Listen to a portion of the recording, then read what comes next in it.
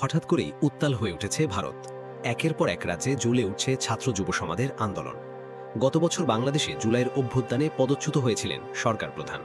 তারও আগে ভয়াবহ অর্থনৈতিক সংকটে পতনের মুখে পড়ে শ্রীলঙ্কার সরকার। সবশেষে নেপালে জনতার ক্ষোভে প্রধানমন্ত্রীর পদ ছাড়তে বাধ্য হয়েছিলেন কেপি শর্মা ওলি। প্রশ্ন উঠছে, এবার কি তবে সেই পরিবর্তনের ঢেউ ভারতের মাটিতেও? কেন এমনভাবে উত্তাল হচ্ছে দেশটির রাজ্যগুলো? ভারতের প্রধানমন্ত্রী নরেন্দ্র মোদী দীর্ঘদিন ধরে জাতীয় ও আন্তর্জাতিক অঙ্গনে প্রভাব বিস্তার করছেন, কিন্তু সাম্প্রতিক সময়ে তার নেতৃত্ব নিয়ে প্রশ্ন বাড়ছে। যুক্তরাষ্ট্রের সাবেক প্রেসিডেন্ট ডোনাল্ড ট্রাম্পের সঙ্গেও কূটনৈতিক সম্পর্ক ছিল টানাপোড়েনের। শুল্কনীতি ও বাণিজ্য চাপ মোদী সরকারের সক্ষমতাকে প্রশ্নবিদ্ধ করেছে। অভ্যন্তরীণভাবে বাড়ছে বেকারত্ব, শিক্ষাক্ষেত্রে বিশৃঙ্খলা, আর একের পর এক বিতর্কিত সিদ্ধান্ত জনমনে আস্থাহীনতা তৈরি করেছে। নেপালের আন্দোলনে তরুণ ও ছাত্র সমাজ কয়েকদিনের মধ্যেই ক্ষমতার পালাবদল ঘটিয়েছিল। শ্রীলঙ্কাতেও দেখা গিয়েছিল একই চিত্র। অর্থনৈতিক সংকট ও বেকারত্বে ক্ষুব্ধ হয়ে রাস্তায় নেমেছিল মানুষ। ভারতের বর্তমান চিত্র দেখে বিশ্লেষকরা বলছেন, সময়ের অপেক্ষা মাত্র।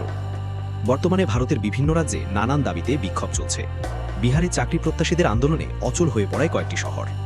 রেল ও সড়ক অবরোধে ভেঙে পড়া স্বাভাবিক জীবনযাত্রা।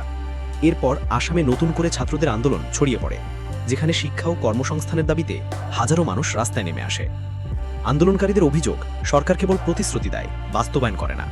রাজনৈতিক বিশ্লেষকরা মনে করছেন, এটি নিছক কিছু দাবি দেওয়া নয়, বরং ধীরে ধীরে মোদী সরকার বিরোধী বৃহত্তর আন্দোলনে রূপ নিচ্ছে ছাত্র যুব সমাজের এই ঐক্যকে হালকাভাবে দেখলে বড় ভুল করবে মোদী সরকার।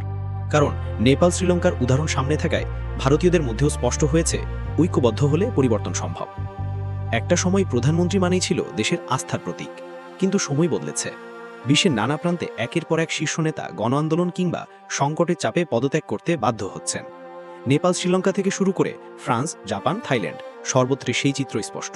তাই ভারতেও যে কোনো মুহূর্তে জনরোষে মোদী সরকারের পতন ঘটতে পারে, এমন আশঙ্কাই করছেন রাজনৈতিক বিশ্লেষকরা। এখন দেখার বিষয়, চলমান আন্দোলন কোন দিকে গড়ায়।